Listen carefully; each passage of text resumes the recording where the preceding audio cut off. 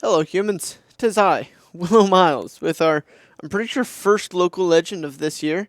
This is our guest, Jenny Blankenship. I Ginny Blank. thought you were going to say Yeah, it. never.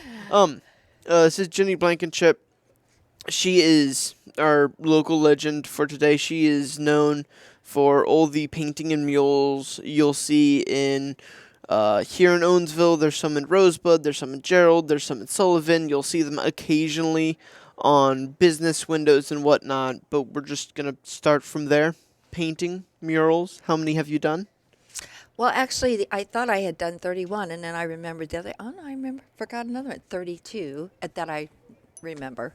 I might have been more. Alright. But the So, first one was when I was 23, and I did the bull moose tube, and it had a big moose, and it blew out the words bull moose. And it was huge, but I redid it. So that was actually my first one because the old one was chipping off where was that? at Gerald. It was in Gerald? Okay. So, do you know where all the murals are? Like, how many are in Owensville? How many are in Rosebud? How many are in Gerald? Oh gosh, I've done a lot in homes. I know at Sullivan I've done 8, but one is at a person's home at Sullivan. Actually, there's probably another one at home. As far as how many, they're kind of like scattered all over. I've done a lot of churches. They're out in the country in different places. One that was kind of interesting. I was high up on a scaffolding, and I had been painting for several days, and it was getting in November, so I was trying to get done because it was getting cold. So this little church is out in the middle of nowhere with a big old graveyard, and I have my back to it, and I hear the church door creak open, and I turn around to say hi, and nobody was there. Did And I turned back around, started painting, and I hear these footsteps, and I kind of got chilled and turned around and looked, and nobody was there. So I thought, okay, I'm getting visited here. I think I'll hurry up and get out of here. But I'll never forget that. Yeah. So yeah, Fun. yeah. You do murals? Do you do like normal paintings? Yes, I do normal paintings. I was a sign painter for years. Started, in my early 20s. So I've done literally thousands of trucks. And there was a point in time in Owensville I had done every window and door, all up and down Main Street. There's still a few of them on there that's still left from years ago. And then around in 95, I took some lessons at East Central College and started to do actual paintings at that time. Oh, Yeah. where And did where did you start painting? Like, when did that originally begin your interest? oh, well, I drew on a blackboard as a kid, 3 years old. I was drawing all the time. So that was where my art education started. Okay. Drew on a little blackboard about like this. It was green actually, but every day I was drawing on that little blackboard. And the time I got to go to grade school, I was pretty good at drawing people and animals. And Cool. so in grade school, I was always getting in trouble because kids were passing me a piece of paper. Jenny, draw me a cat. Draw me a dog. And I draw it, hand it back, and get in trouble. So yeah, so I always loved it. Yeah. Oh, cool. Yeah. You do anything else?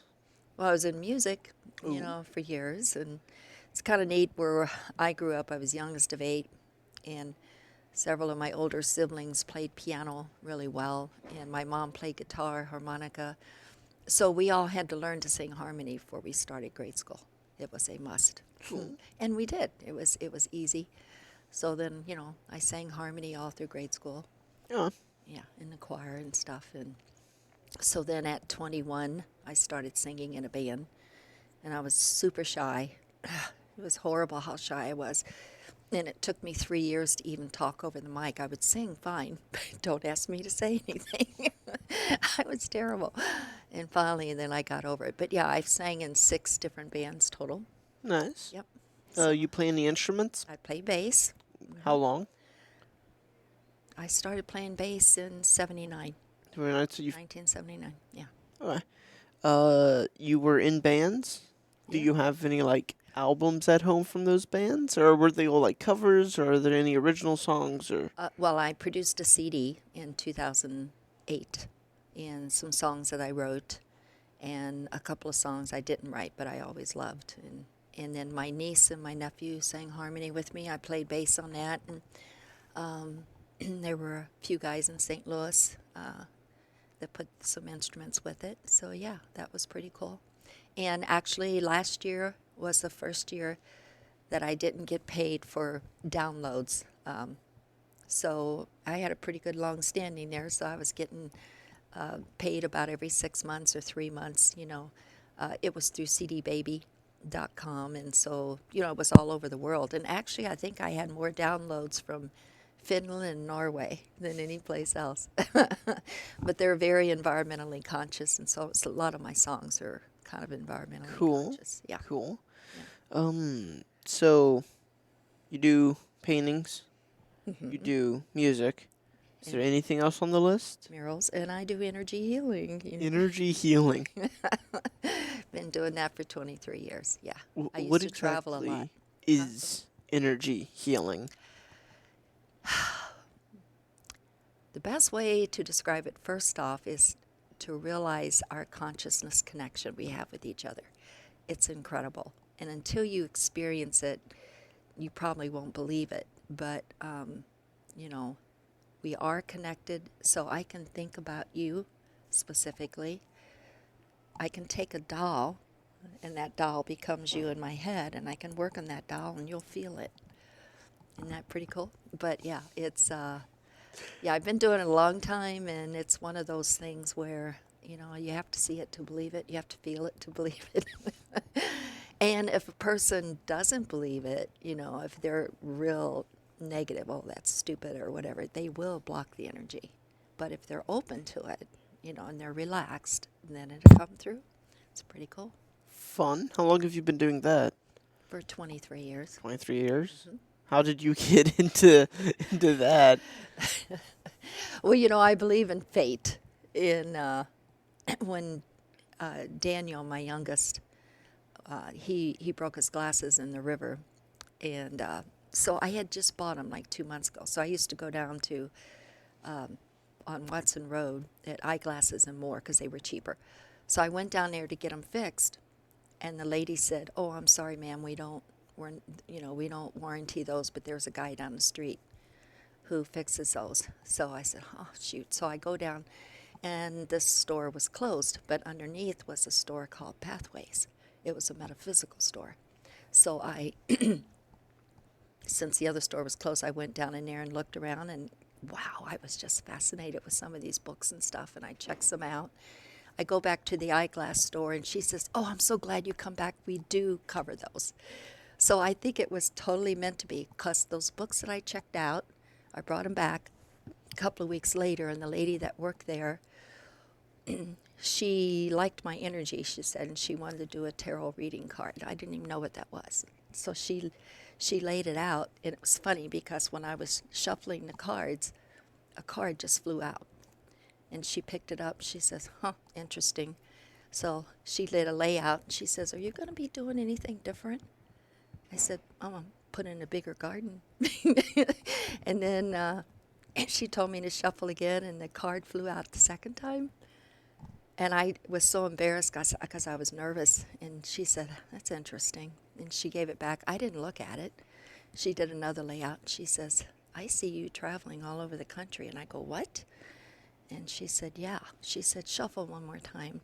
And the third time, the card flew out. Do you know if it's the same card? Yes. It was the same card? She picked it up. It was Raphael, Archangel Raphael. And she said, "Ginny, he's a master healer." She says, then she did this layout again, and she says, "I see you traveling all over the country doing energy healing work." And I really thought she was crazy, but I had this was all recorded, which was neat. So I put it in my car later and listened to it, so it had to really sink in. So then I was fascinated, and then I